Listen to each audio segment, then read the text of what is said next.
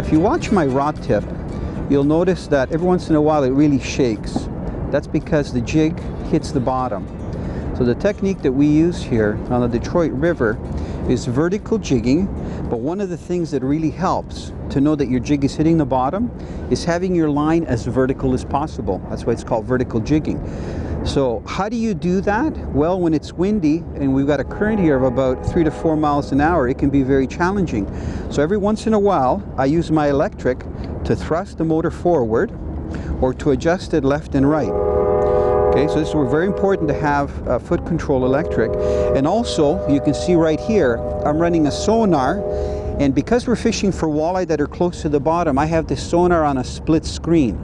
So the actual true depth, which is 35 feet, is shown here on the right. And then you see this little box? That's my zoom window. So on the left, we're only seeing from 25 to 34 feet. So I can see a lot of detail. Right now, there's quite a few bait fish. All those little blue specks that are down there, they're bait fish, and even bait fish here near the bottom when you see that green color. So when I see a red mark that's not connected to the bottom, I know that it's a walleye, and these walleyes are right on the bottom. A lot of times we'll actually drag our jig or shake our jig right on the bottom. But it's so important to be fishing the right depth, and for the last few days the depth has been about 30 to 35 feet. We're in 34 right now, and the technique is bouncing it right on the bottom, and that's how you're going to get fish.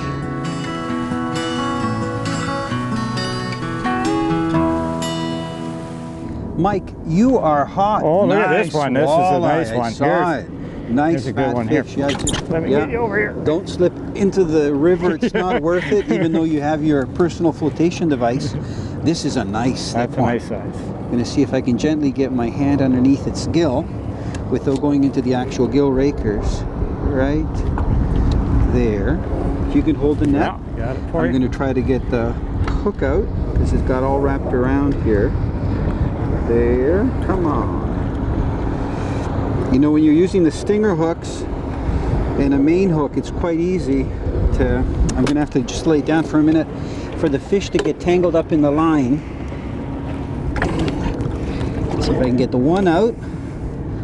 Okay. And the stinger is out. Perfect. Look at that. That's beautiful. Nice walleye. I mean, you guys are good. You've been getting lots of fish. That fish is probably about, I'm guessing, 23, 24 inches. Just a nice healthy walleye, and it's yellow. Yes. Yeah. Most of them are gray color. Beautiful fish. Okay. Well done, Mike. I love this net. Yeah, the net is excellent. I'm going to have to get one of these. Even though the hooks go in it, because it's rubber coated, there's no problem getting the hooks out. If you use the cotton mesh, it's all kinds of problems. Now, Pat, yes, you know, I'm excited about the event that you just had, the ICHA of course. Event. You should tell the viewers some of the highlights of it, because every year you put on this event, which is great for the community here in the Windsor area. That's right. It's getting bigger and bigger. There's more sponsors, more companies donating tackle, fishing rods, t-shirts, hats for all the kids, and including the Coast Guards, the Ministry of Natural Resources, and actually this year's surprise, we're going to have some hockey celebrities. Good. So the kids, they will be very excited. Now, what's been the main goal? I know it's not just to put on a fishing event. What is the actual goal of the event? The actual goal is to have these kids have fun with fishing. It's something that they don't do every day. It's actually probably the only time chance they have to do some fishing, and we have all pro fishermen helping the kids. Canadian Sport Fishing has been brought to you by Rapala Premium Fishing Gear, crafted from experience. Yamaha on the water. This is my Yamaha. What kind of Yamaha are you? Dickies, a legend in work since 1922. Lucky Strike. More fish fight with a Lucky Strike.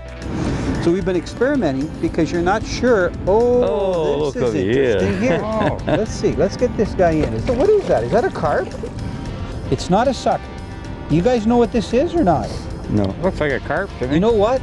I think this might be a quillback. You know why I know it's not a carp? Let me bring this up here for the viewers to see. This is interesting.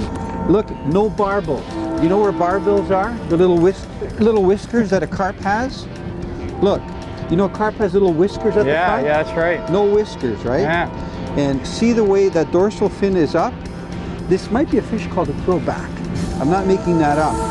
So it's very, very interesting. It's not a sucker.